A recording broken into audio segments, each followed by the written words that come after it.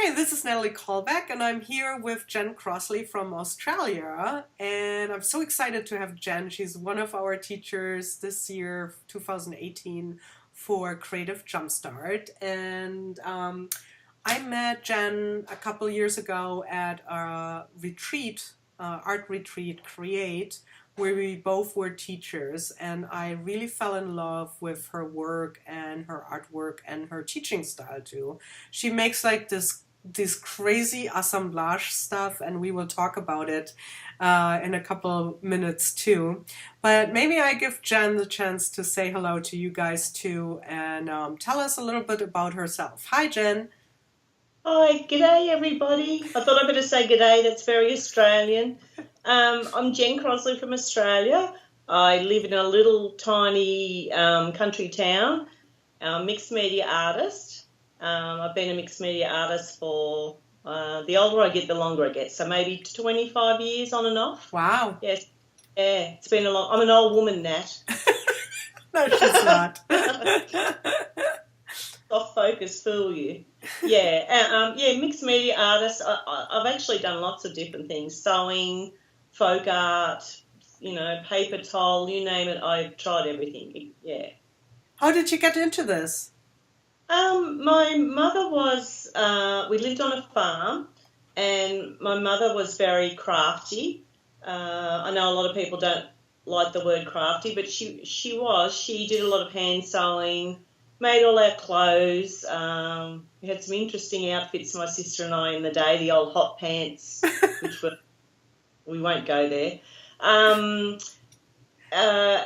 Mum she just always was, doing something creatively. And she belonged to a group of women that's called CWA, Creative Women's Association. Huh. It's for country women.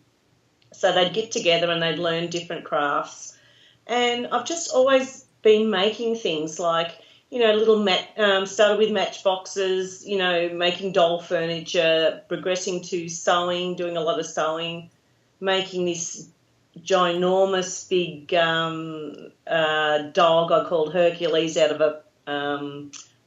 what colour? A green velvet dress of Mum's. This huge thing that was about 5 foot long. I've just always been making something all my life. I just really love trying different things. Yeah, so it's in my blood. Yeah. That's pretty cool. The funny thing is, two things. First of all, you said something about like crafty, that people don't like the word, which I always find it's kind of hilarious, because like without craft, there's no art. Well, yeah. I mean, how do you really start? You don't sort of pick up a brush and you're painting fine art straight away, Yeah, or exactly. you're painting by numbers, or I don't. It's sort of really looked down on a little bit, but I think that's how we all, if we really look into it, how we started. Yeah, Some basic crafting, which is nothing to be ashamed of, really. exactly. But yeah. Yeah. And the other thing that I find so interesting about your work, so if you guys don't know Jen's work, you really have to check out her website. She makes a lot of jewelry, but she makes also these like crazy things where she makes books out of metal. Or she had this workshop this year where I saw her at Artiscape in Ohio. You did this amazing workshop where everyone had a brownie camera, one of those Yeah. first cameras, Yeah. right? And they had to take it apart, and then you would Yep. assemble it new to a book, and it was just like it was just crazy, and all the Yeah. parts of the camera were part of the book, right? Yeah. I was asked to do a project for a book that was coming out, and I thought I want to do something different. And one day, I've got so much junk here. I saw a camera, and everything that I look at, or how I do it creatively, is I looked at the camera and I just saw the front of it, and I thought, wouldn't that be great as a book? And then it had the round lens, and everything to me that's got an opening, there's got to be something behind it. So I thought, let's do a book. So that's what we did, and I've taught it a couple of times. The only thing is, of course, getting the box brownie camera is pretty hard to do, so that takes a bit of sourcing from the States mainly. Yeah. And one girl that I've taught, she actually used every piece of the camera, and I was just gobsmacked. I mean, every piece. It was Wow. amazing. Yeah, yeah, it's a really fun class to do. Oh my God, it looked so amazing. Like I saw your class sample and I was like, I can't believe it. It's so cool. So, Yeah. Oh, thank you. Yeah. so you collect a lot of stuff, I guess? Yeah, like once you go into mixed media, that's when you start to buy more things. I don't know whether you've found the same thing. Um, and I've always loved paper. When I sort of evolved or whatever, I got into paper and I love putting metal onto paper. Hmm. And then because I didn't have the skills to do metal at the time, I would buy found objects and, I'd try to attach them to paper or to cardboard and and then it sort of progressed on to more found objects. So I do collect a lot of found objects. I don't like to pay too much for them, like some things I might lash out and have to have. But I love the thrill of the chase of scrounging through a box and that one little obscure thing in the bottom of the box you got to have. And 9 times out of 10, the antique dealer who knows me by name, she just, more or less just gives it to me. Oh, that's not worth anything. But to me, it's like, worth A a million bucks. treasure. Yeah, it is. Yeah. I Yeah. love finding that one object, that's just so unusual. Yeah. I Yeah. It's a real, remember when I was the first time in Australia, actually, it's a couple of years ago. I went to a not like a junkyard, and I still have some pieces from then because they were like so special to me and so different because it was like some Australian stuff.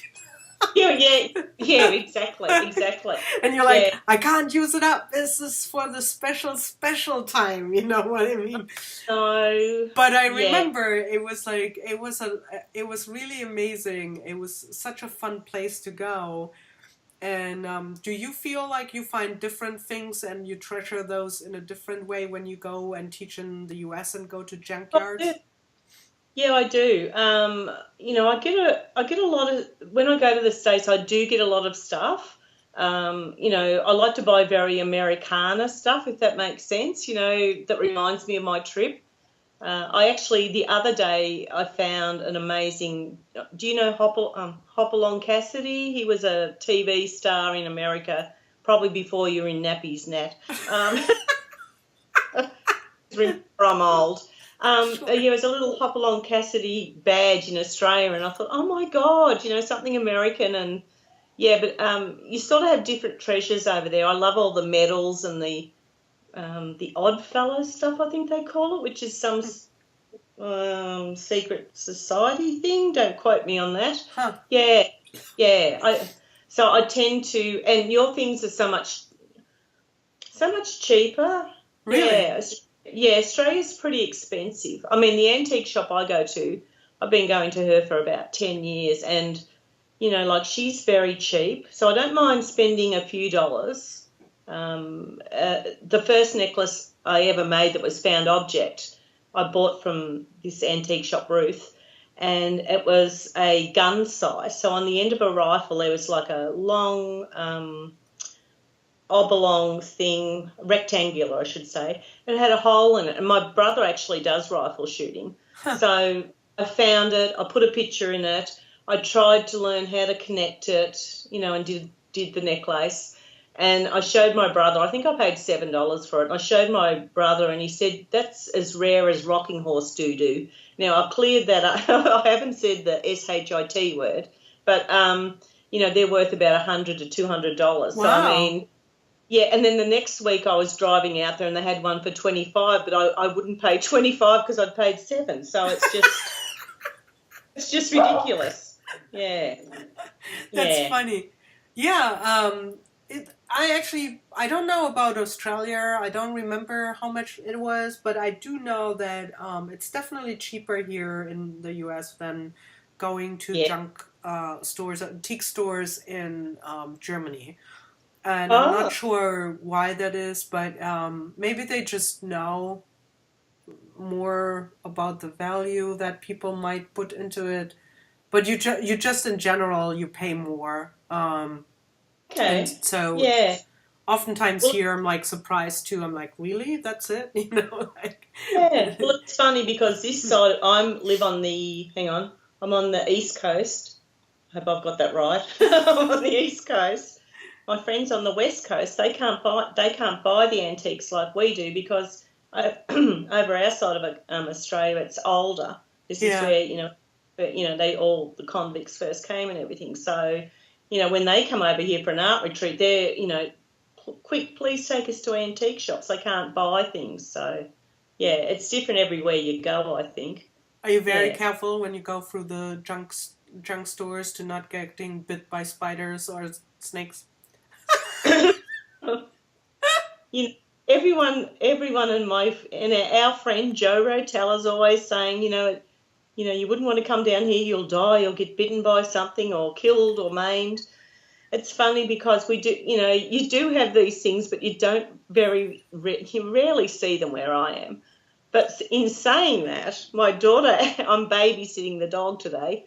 My daughter, my husband's into old stuff as well. That's why he married me. But he's got he's got an old car in my daughter's garage. And she rang me yesterday and she said, "Mum, I've got a redback spider in the garage," and that's just unheard of. So I know, he's obviously brought it in with this car he's just bought, put it into Nicole's place. So Nicole puts the dog in the garage. So that's why we're babysitting. That is very unheard of, like where I am anyway. Oh. So now she's spider bombing the house to make sure that nothing. Yeah, funny you say that because you don't see these things. Yeah. So I can assure you guys, I've been to Australia twice. Nothing happened to me. I've been safe, and I've seen very cute little wallabies. So if you go to Australia, just like look for wallabies and don't get scared. Yeah. Oh, I could tell you a story about a kangaroo, but we could be here for ages. I know that can be nasty. I heard so. Nasty. Yeah. Yeah. So you are living in a place where many people think that is a really adventurous and really cool place to go. So Yes. no, as you're living there already, if you could go on an artful adventure, where would you go? Time or, money is no obstacle. You could even time travel if you wanted to. Look, I'm going to have to say the States. Hmm. Australia's beautiful. I suppose it's because where I live, it's very small town, and with small towns become small-minded. So I think I'd like to go to the States. When I'm there, I get very inspired by, the found objects, the people, the scenery. I love going out into the countryside. I've thought about, I've always sort of wanted to go to France and do the flex there. That's one big thing. And then I'm like, well, is it as cheap as what it used to be? And I just find... But money is no obstacle. You can go anywhere. Well, I'll go there as well. I'll just pop over there and, yeah. Yeah, and just be around more creative people. I find, yeah, I miss more creative time with people. I find when I'm teaching, that's when I'm at my most creative. It really sparks me because I see someone's work and get really excited, and then that sparks an idea off in my head. Yeah, or seeing a found object and thinking, how can I actually make that? I do that a lot. Yeah, Yeah. I agree that classes are amazingly inspiring, especially like in-person classes. I mean, even online when you see what people do inspired by your work, but there's something about it where you're like, wow, I just love the color combination, or just they're like talking with other people, or there's so many things that make you feel so inspired by teaching. I think people think that's odd sometimes when you say that as a teacher, that you get inspired by your students. Oh, you but you really do. Yeah. You do. I mean, I taught a girl, she hadn't done any metal work before, and she came up with this amazing project, this bird that she'd learned to cut out and metal etch and the whole thing. I've got goosebumps talking about it. And I said to her, that looks really good. And I said, what would, I'm trying to push, I've got the ideas flowing and I'm trying to, get her to go that one next step. And I said, look, what would happen if you put this on top and making it more 3D? And just to see the look in her eyes, that, the switch, got goosebumps, the switch goes on and, oh, do you think I could do that? Well, why not? I've just got to show you connect it. And she came up with this most amazing 3D piece. I think that's the one thing with teaching, getting that instant feedback and yes, the creativity. I have to sometimes hold back a little bit because I get a little bit too, I don't want to be pushy, but I get too excited, and I've got to, make them try and open up a little bit more to create it. Do you know what I mean? Like it's trying to get them. Yeah. Well, it's also sometimes hard because when you teach, it's in a very limited time frame. And of course, when you, I often say to my students, it's very interesting. I'm really, really proud of them that they are really pushing themselves in this short time, doing art journal pages or whatever, because I'm a very, very slow, I'm very slow. Everything has to kind of percolate and, to sit, and I work on several things at once. And so I have to, so of course when I teach it, I know what I'm doing and I force them to do it in a very fast time, right? But I myself don't work in that time frame. So I think it's very amazing when people take classes then that they really do that and, be it's pretty amazing. I think that's the thing that students, they don't, I'm probably getting off the subject, that students don't know a lot about, that where we set our time. And once we're told to cut it back a little bit, and to us it's really hard because you've got to sort of try and, you don't want to push them, you don't want to be, bang, bang, bang, you've got to do this at time. Well, that's not how I teach. I want them to walk out with a finished piece of art when they leave my class. That's my motto or bug, that's my thing.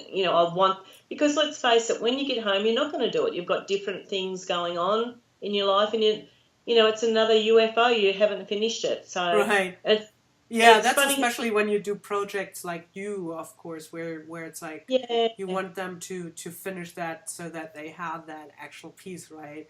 Whereas for me, teaching is mostly about finding your own style and learning new techniques, and but you still want them to have a couple finished, pages. Yeah, you saw mine. As I tell everyone, I work on a dining room table. It only gets cleared once a year for Christmas, which I'm starting to clear at the moment. I keep the drill press up on the end of the table and just put the Christmas tablecloth up over it. And last year the dog walked through and actually set the drill press off because I didn't have it unplugged, so that was quite interesting. But it's funny how we work, isn't it? I've got a lot behind me. You can probably see I've got drawers full of stuff, but I tend to work with what's on my table. Yep. You do the same thing? I do the same thing, yeah. Oh, really? Yeah. I tend to forget what's in, I kind of have to really pull it out and either I work with what's there, or I have to kind of pull things out ahead of time, and then maybe I will use that. So it's tough. I have a kind of, it doesn't look like it, but I have a very small working area. So that's a little bit tough, to. Sometimes I open something up, I'm like, oh, what a surprise! I didn't know I had this treasure, It's like Christmas every day. It is kind of. So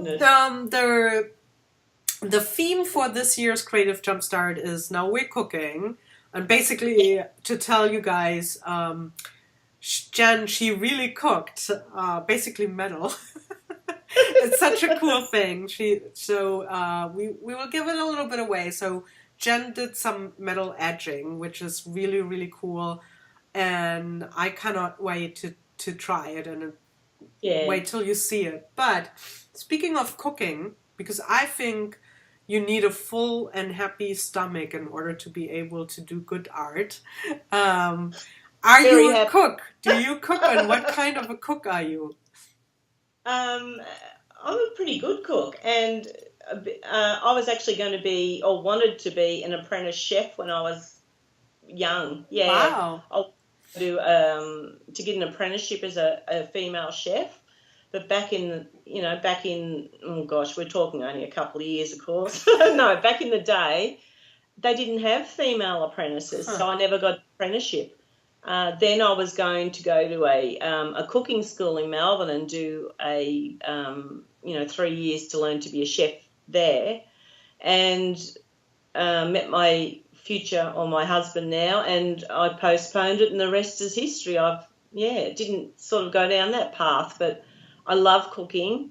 I haven't done as much as what I used to, but I love cooking, and I've got that from my mum too. She used to get up early in the morning.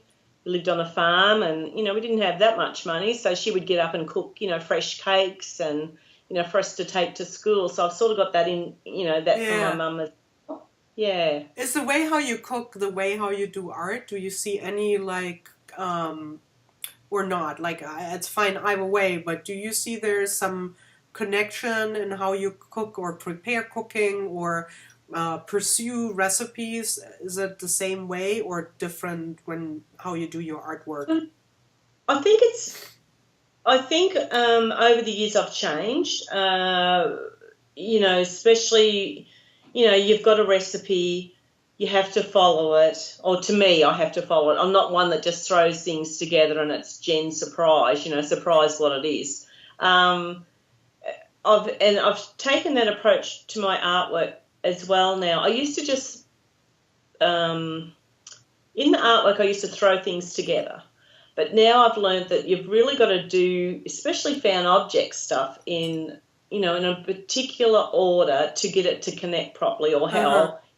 Yeah, you don't. It's not.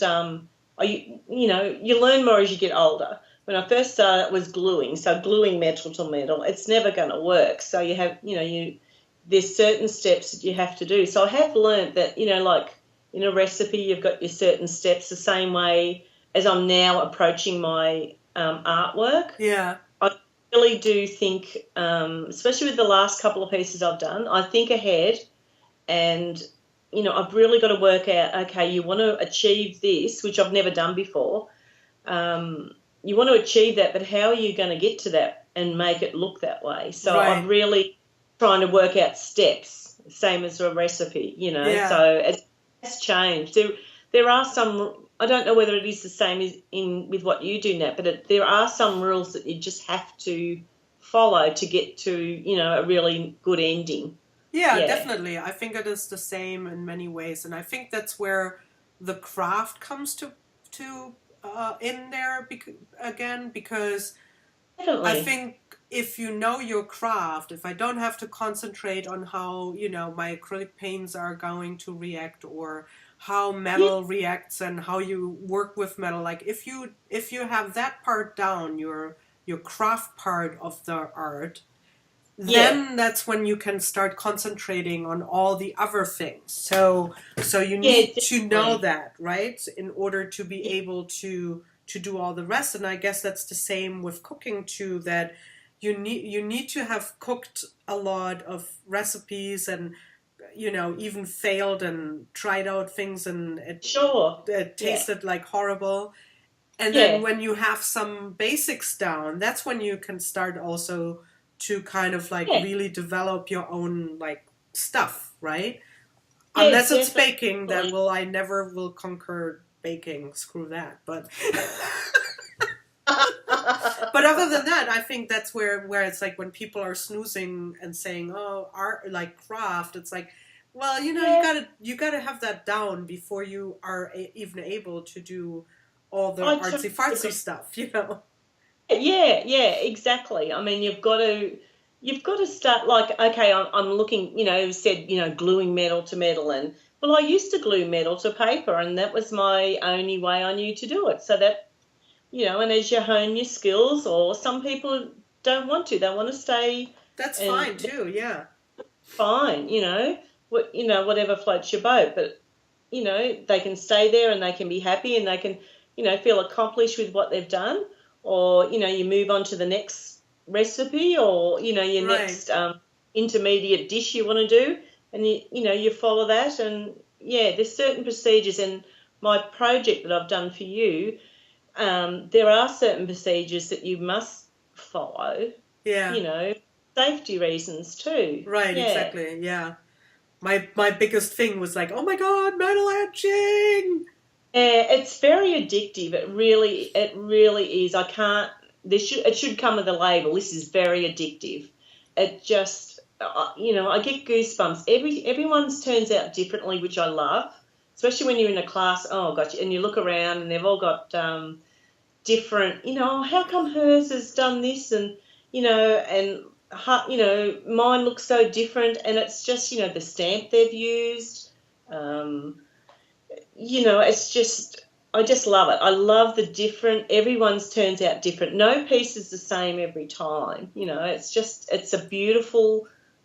really is a beautiful art form to do. Well, the metal etching thing scared me because of when I first heard about it and I knew that you were teaching it, scared me because of some of the chemicals. And I was like, but it's actually not that bad. It's actually, you just have to be careful and you have to like read what Jen is telling you here, in the classroom. Yeah. And if you follow those directions and follow the directions on the labels, then you have something really, really cool cooking there. Oh, definitely. Yeah, exactly. Yeah. No, just follow the basic recipe steps that I give you and you'll be fine. Exactly. Yeah. So I can't wait what the people are going to do with it. So it's going to be super fun. Do you tell a story with your artwork? Is there do you think of a story or? No, I don't. And I think that gets me not into trouble, but people, if I wear a found object necklace with a picture of somebody on, I buy a lot of relatives. My relatives are ugly, I admit to that, so I have to buy my relatives at antique shops.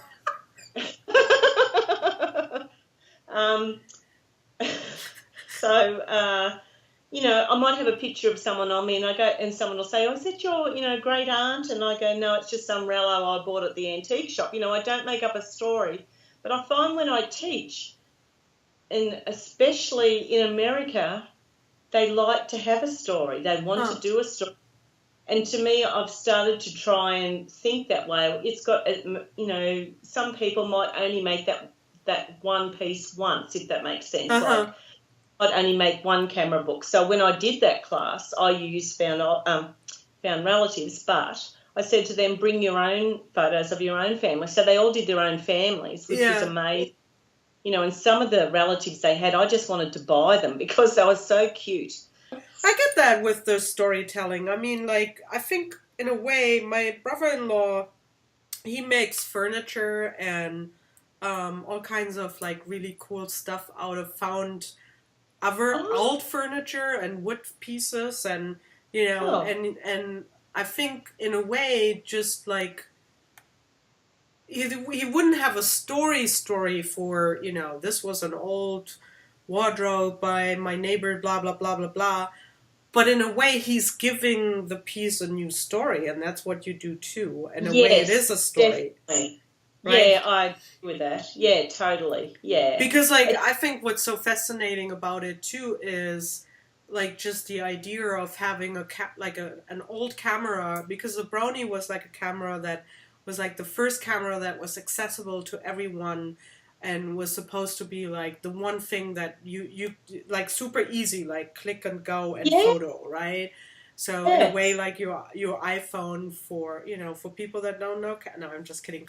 But it was for the everyday person a camera, and I think what's so amazing about it is now it's so obsolete because we have those the iPhones or whatever, any kinds of phones. Thanks Mac, not sponsored by Mac, but anyway, we have all kinds of cameras just in our pocket. So the dream of the Brownie is a different thing, and now it becomes this object that people collect and then putting it with making a book out of it where our photos included. I think Yeah. it's so clever, Yeah.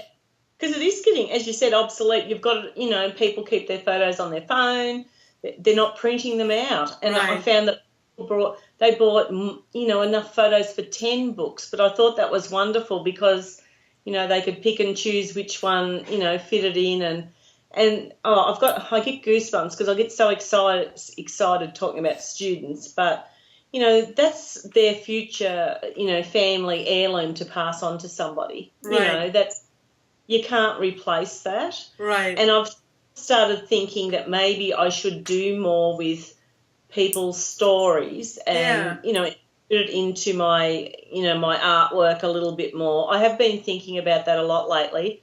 The only thing I do put into my artwork is my mum who's passed away. I do a little something to her in every piece I make. I use the number 8. So Uh-huh. it's hidden. Yeah, so that's my one little thing that I do. Aw. It's hidden somewhere no matter what piece I make, there's a number 8 somewhere. So That's that's my cool. tribute to her. Yeah. Um, Jen, that She was, was that was super fun talking with you, and I loved learning a couple new things. My cat is stupid in the background. If you hear it, ignore. I don't know what's going on. But is there anything that you would like to add? Do you have anything that's coming up that you would like people to know besides that you're part of Creative Jumpstart? But classes, books, workshops, anything, shoot.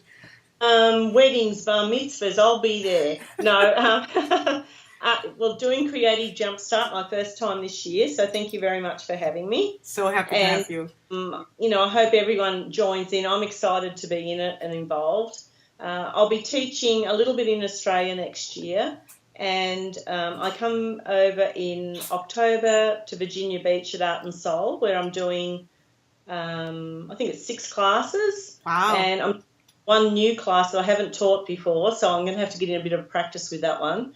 It's going to be a 3D book. Nice. So I'm sort of pushing the boundaries again with 3D. So, and what else, Jen? There's more, I know. Come on. I've got some rubber stamps that I have on my on-site website. I say that I don't send to America, overseas, but I do my stamps because they're nice and light and easy to Can you post. show some? I've got some. I just happen to have some here, Natalie. Oh, what a surprise! That's cool. So nice. These are actually made in the States. They're excellent for metal etching. You can stamp with any stamp, but they're excellent for metal etching. So that's that one there. I don't know whether I'm blinging on you or. Oh, that's cool! Wow. That's one. Yeah. Nice. Look at that book, guys. Have an idea what's coming up in Creative Jumpstart? Okay. So we've got the. Can you see that one, or am I flashing? Oh, That's yeah, another that's one. really cool too. It's actually I actually found bought that stamp from you, or you gave it to me. You might have given it to me too as a. Oh, that was a bit too kind at that stage, wasn't it? Yeah, you were very kind. And just like these are all my stamps. I don't know whether you can see them, but if you go on to have a look online, you can see them there. But the cooking one, just before we go, I found that at my favourite antique shop, she had a really old one sitting on the register, and I said, "Oh, is that for sale?" And she said yes. And I brought it home, and I thought, oh, I wonder if it's going to work. And when it did, it was just amazing. So I checked that the company has actually gone out of business, and it had, so, copyright, blah, blah, blah. Yeah. So that's how that started. So, yeah. That's cool. So check out Jen's website, and you can buy the stamps from there. They're very cool. And also check her out when she's coming to Virginia Beach was the name, right? Virginia in October. So Jen, that's awesome. So she's coming to Virginia Beach. She might come to New York too. She will keep you posted if she does. Yep. Thank you so much for doing this right before Christmas holiday starts. Yes. But you will see it next week. You will see it after. When you see this, people, this is after the Christmas holiday. So Yeah. thank you. Yeah. Merry Christmas, Jen. Have Yeah. a wonderful time. Bye.